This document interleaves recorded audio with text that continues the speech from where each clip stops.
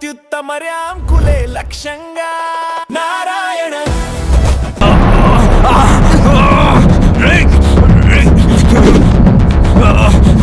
ఎవడ్రా నువ్వు? అన్న ఎక్కడ్రా? నువ్వు సింగన మనిషివా?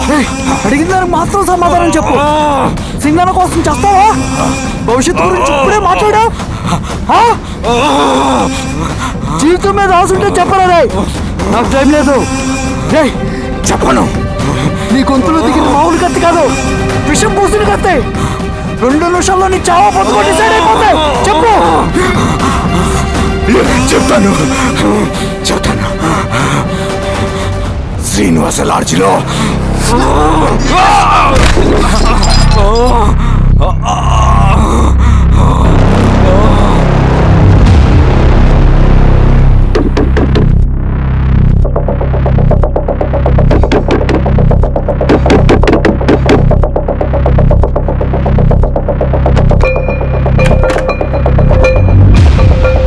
నువ్వేంటి ఇక్కడ? సర్లే లోపల. ఏయ్ ఏంట్రా ఇది?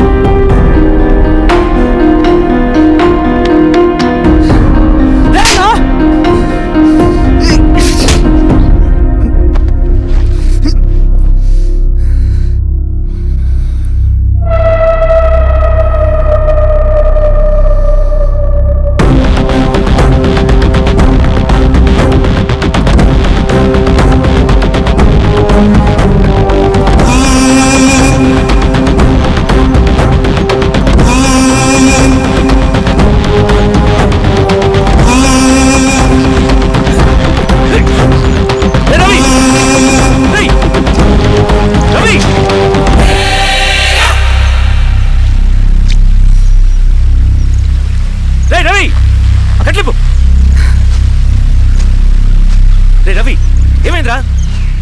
వచ్చి కట్లిప్పు. ఏమైందిరా నీకు? కట్లిప్పు. రే ఆ పోలీసుకి లొంగిపోవటం, ప్రెస్ మీట్లు మాట్లాడటం అంతా నిజం అనుకుంటున్నావా? రే అవంతా ఒక స్ట్రాటజీరా. యుద్ధంలో శత్రుబలు పెరిగినప్పుడు మనం మొండిగా ఎదురెళ్ళకూడదు, లొంగిపోయినట్టు నటించాలి. అది నిజంగా లొంగిపోవటం కాదురా, శత్రువుని ఏమార్చడం. నేను అదేరా చేశాను. అది నిజం అనుకోకు. ముందు కట్లిప్పు రవి. విప్లవంలో నష్టం అన్ని వైపు నుంచి వస్తుంది. నువ్వు నేను ఇంకా మిగిలి ఉన్నాం కదా, ఇంకొక దళాన్ని నిర్మితాం, విప్లవాన్ని కొనసాగిద్దాం. ముందు కట్లిప్పురా. ఏంట్రా నువ్వు మాట్లాడిన ప్రతిసారి నాకు చప్పట్లు కొట్టాలనిపిస్తుంది అన్న. నువ్వు చెప్పేది నమ్మాలనిపిస్తుంది. ఇప్పుడు కూడా నమ్మేవాడిని, కానీ ఇది ఆపుతుంది. మతం మత్తుమందు లాంటిదన్నాడు కార్ల్ మార్క్స్. కానీ అంతకన్నా పెద్ద మత్తుమందు కమ్యూనిజం. ఆ కమ్యూనిజం మత్తులో నుండి నిన్ను బయటకు తీసుకురావడానికి బలమైన సాక్ష్యం కావాలని నాకు అర్థమైంది. ఎలక్షన్ నుంచి విత్డ్రా అయ్యాక నేను నా ఫ్రెండ్ స్వప్న వాళ్ళ ఇంటికి వెళ్ళాను. రే అర్జెంట్గా 25 లక్షలు కావాలరా. Thank you.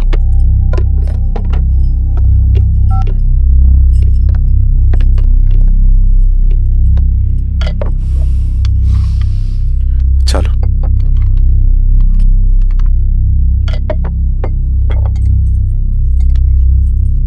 చాలు.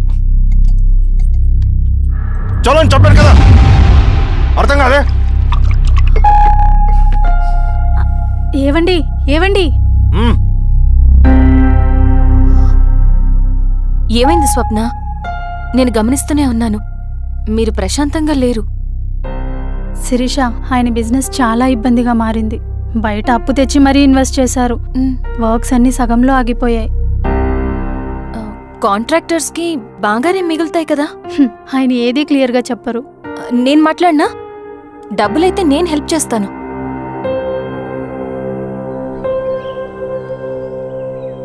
అన్నయ్య చెప్పమ్మా. మీరు డబ్బు గురించి ఏదో ఇబ్బంది పడుతున్నారని అర్థమైంది. అవునమ్మా. ఈ ఏజెన్సీ కాంట్రాక్టర్ బతికే ఇంత ఏది సాఫీగా ఉండదు. అన్ని వైపుల నుంచి అడ్డంకులే. ప్రజల ప్రయోజనం కోసం బిల్డింగ్లు బ్రిడ్జ్లు కట్టాలి, అడ్డమైన వాళ్ళకి లంచం ఇచ్చుకోవాలి. ఇప్పుడు ఈ నక్సల్స్ ఒకళ్ళు తయారయ్యారు. నా బ్రతుక్కి ఛే! పని పూర్తయ్యేదాకా ఫండ్స్ లిస్ట్ చేయరు, వీళ్ళేమో పంచాయనివ్వరు. ఏం చేయాలో అర్థం కావట్లేదు. నక్సల్స్కి ఏంటి సంబంధం? అదే కదా సమస్య. బయట ప్రజల కోసం మేము ఉన్నామంటారు, లోపల ఎక్స్ట్రాషన్కి అలవాటు పడ్డారు. ఎవరు కరెక్ట్గా లేరమ్మా. ఎక్కడి వాళ్ళన్నయ్యా? పినపాకం మండలం నక్సల్స్ 25 లక్షలు అడిగారు.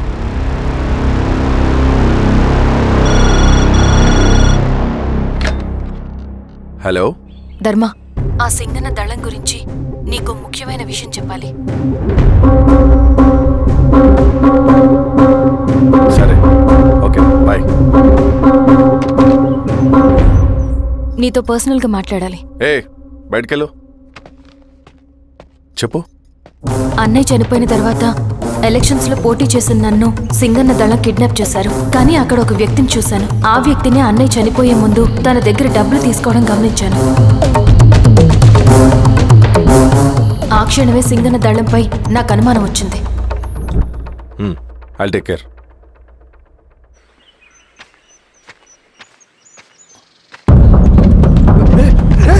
భయపడదు, మీ చంద్రుడు మనుషులు. నన్నేం చేయకండి. కూర్చోబెట్టండి. మీకు కావాల్సింది దీంట్లో ఉంది.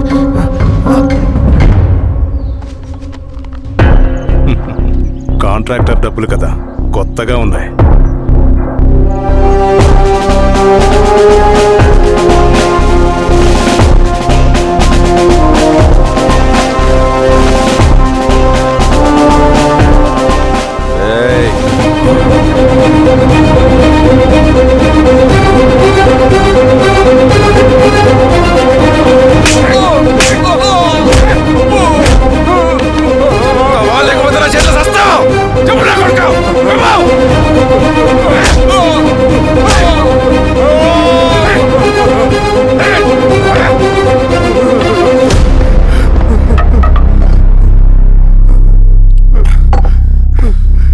వీళ్ళ అన్న మీదున్న ప్రేమ అభిమానం ముందు మన పోలీస్ లాఠీలు ఓడిపోయాయి.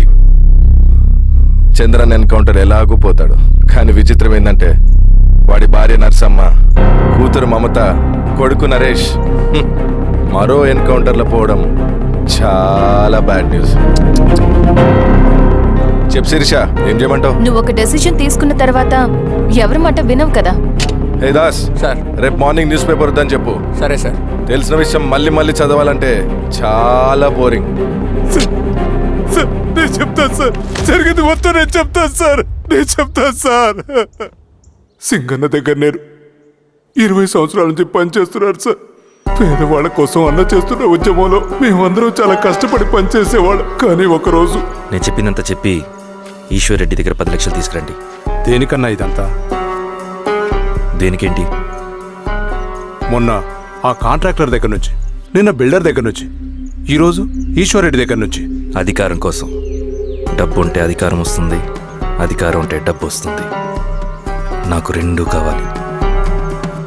హిట్లర్ పెయింటర్ అవుదామని అకాడమీలో జాయిన్ అవ్వాలనుకున్నాడు, కానీ పనికిరాడని చెప్పి రిజెక్ట్ చేశారు. హిట్లర్ ఏం చేశాడు? నాజీ పార్టీ పెట్టి జూస్కి అగేన్స్ట్గా అందరినీ కూడగట్టి ప్రపంచాన్ని ఉనికిచ్చాడు. మొహమ్మద్ అలీ జిన్నా నేషనల్ కాంగ్రెస్ పార్టీలో ఎదగాలనుకున్నాడు, ఎప్పుడూ పట్టించుకోలేదు. ముస్లిం లీగ్ పార్టీ పెట్టి ఇండియాని రెండుగా చీల్చేశాడు. పాకిస్తాన్కి ప్రధానమంత్రి అయ్యాడు. ప్రపంచంలో ఎక్కడైనా సరే 2 కులాలు, 2 మతాలు, 2 ప్రాంతాల మధ్య చిచ్చు పెడితే చాలు, అధికారం వెతుకుంటూ మన కాళ్ళ దగ్గరకు వస్తుంది. జమ్మూ అండ్ కాశ్మీర్ నుంచి మహారాష్ట్ర, గుజరాత్ ఎక్కడైనా సరే, ఎవరైనా సరే ఇదే గేమ్. నేను అంతే. ఒక మామూలు కార్యకర్తగా దళంలో చేరాను నేను. కానీ ఈరోజు న్యూస్ పేపర్లైనా సరే, జనాల్లో అయినా సరే, ఎక్కడైనా సరే ఒకే పేరు, Singanna, Singanna, Singanna. And I love that. Naxals కొంటే ఈ అడవినే శాసిస్తాం, రాజకీయాల్లోకి వస్తే రాష్ట్రాన్ని శాసిస్తాం. చంద్ర, మన చదువులకి, మన తెలివితేటలకి ఈ అడవిలోనే మగ్గిపోవాలా? నువ్వే ఆలోచించుకో. ఆ మాటలు విన్న నేను ఆలోచనలో పడ్డాను. తన స్వార్థం కోసం ఉద్యమమును పెడదారి పట్టిస్తున్నాడని అప్పుడే అర్థమైంది. కానీ నాకు వేరే దారి లేదు. సింగన్న ఆదేశం ప్రకారం మేము వెంటనే వెళ్ళి ఈశ్వర్ రెడ్డిని కలిసాం. సింగన్న పార్టీ ఫండ్ కోసం 10 లక్షలు ఇమ్మన్నారు. ఆ డబ్బులు ఇస్తే రైతు కూలీ సమస్య ఉండదని చెప్పమన్నారు. అంత డబ్బా నేనెందుకు ఇవ్వాలి? నువ్వు గెలుస్తావనే భ్రమలో ఉన్నావు. ప్రజలంతా అమాయకులు కాదు రెడ్డి. ఈ ఊళ్ళో ఏం జరుగుతుందో నువ్వు మాకు చెప్పక్కర్లేదు. మీకు పార్టీ ఫండ్ ఇస్తే మాత్రం నేను గెలుస్తానని గ్యారంటీ ఏంటి? తప్పకుండా గెలుస్తావు. ఆలోచించుకో, తెలివైన వాడివి.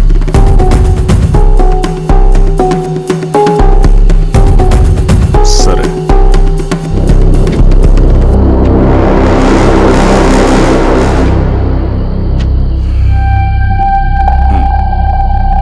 కానీ నాదో కండిషన్. నేను సింగన్ని పర్సనల్గా కలవాలి. చూస్తా, కానీ ఒక విషయం, ఈ మ్యాటర్ బయటికి రాకూడదు. జాగ్రత్త. సింగన్న స్ట్రాటజీ ప్రకారం మాకు ఈశ్వర్ రెడ్డి దగ్గర నుంచి డబ్బులు వచ్చాయి. అప్పుడు నరసింహుల్ని పిలిపించి, నువ్వు ఎలక్షన్ నుంచి విత్డ్రా అవ్వాలి నరసింహులు. విత్డ్రానా? 30 సంవత్సరాల తర్వాత వచ్చిన అవకాశం అన్నా ఇది. గెలిచే ఎన్నికల్లోంచి తప్పుకోమంటారేంటి? ఎందుకన్నా? నిన్ను ఈ ఎలక్షన్లో నిలబెట్టింది కమిటీయే, విత్డ్రా చేయమనేది కమిటీయే. సెంట్రల్ కమిటీ ఏం డిసైడ్ చేసినా అది మనం ఫాలో అవ్వాలి. మనకి వేరే ఆప్షన్ లేదు.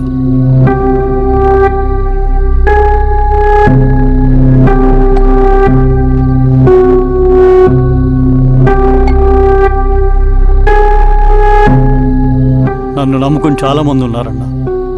మీరు వద్దన్నా సరే నేను ఇండిపెండెంట్గా పోటీ చేస్తా. నీ పట్టుదల నాకు అర్థమైంది నరసింహులు. సెంట్రల్ కమిటీతో మరొకసారి నేను మాట్లాడతాను.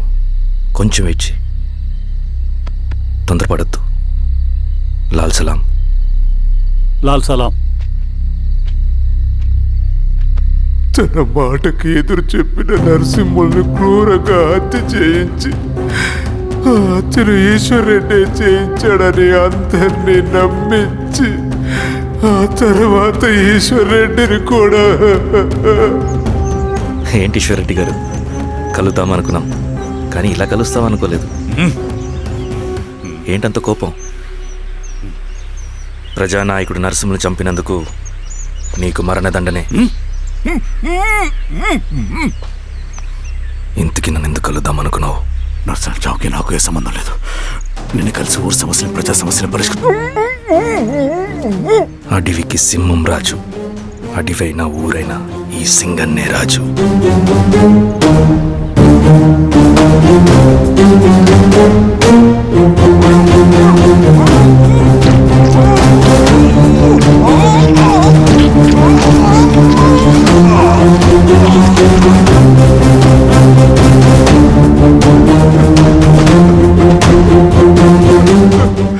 తప్పు చేశావు సార్. మొత్తం సింగన్నే చేశాడు. ఇంకా చెప్పాల్సింది ఏదైనా ఉందా? శిరీష ఆ రోజే చెప్పిందన్నా. ఇన్నాళ్ళ పోరాటంలో ఏం జరిగిందన్నా? ఏమీ లేదు.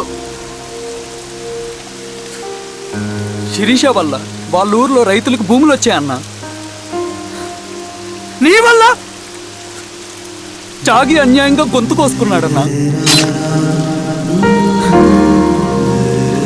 నరసింహులు, ఈశ్వర్ రెడ్డి, ఇంకెందరో అమాయకులు నీ అధికార దాహం వల్ల బలైపోయారు.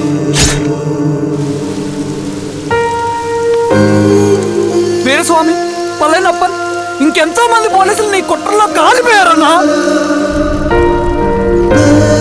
ఏంటన్నా, నీ వెనుకున్న పాపానికి మన దళ సభ్యులు ఎంతో మంది అమాయకులు చచ్చిపోయారు.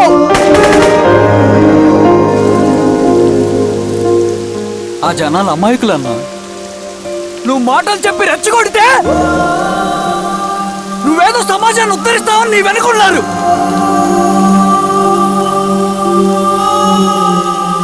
వాళ్ళకి కావాల్సింది కరప్షన్ లేని సమాజం. అది ఊరైనా అడివైనా.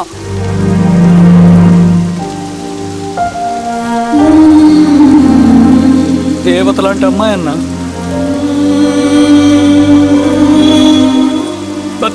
కాలం అందరి జీవితాన్ని బాగు చేసిందన్నా.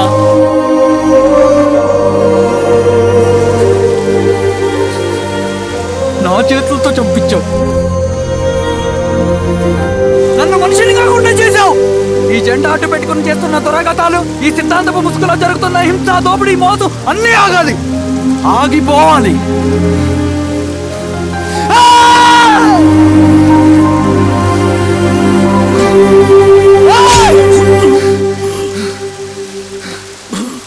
నువ్వు చెప్పిన సమాజం స్థాపితం కావాలంటే నువ్వు సమాధి కావాలి.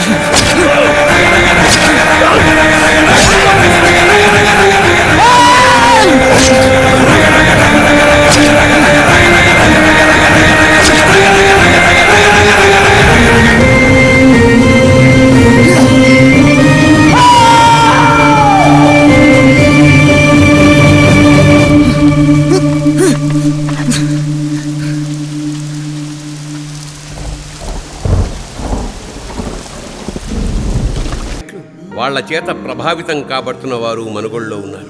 ఆదిలాబాద్, ఖమ్మం, బిడ్నాపూర్, గడ్చిరోలి, జగదల్పూర్ వంటి ప్రాంతాలు నక్సల్స్ వల్ల నిత్యం నెత్తురోడుతూనే ఉన్నాయి. వీళ్ళందరూ హింసను వదిలేసి జనజీవన స్రవంతిలో కలిసి చట్టబద్ధమైన పద్ధతుల్లోనే ప్రజా సమస్యలపై పోరాడాలని మనస్ఫూర్తిగా కోరుకుంటూ టీం సింధూరం.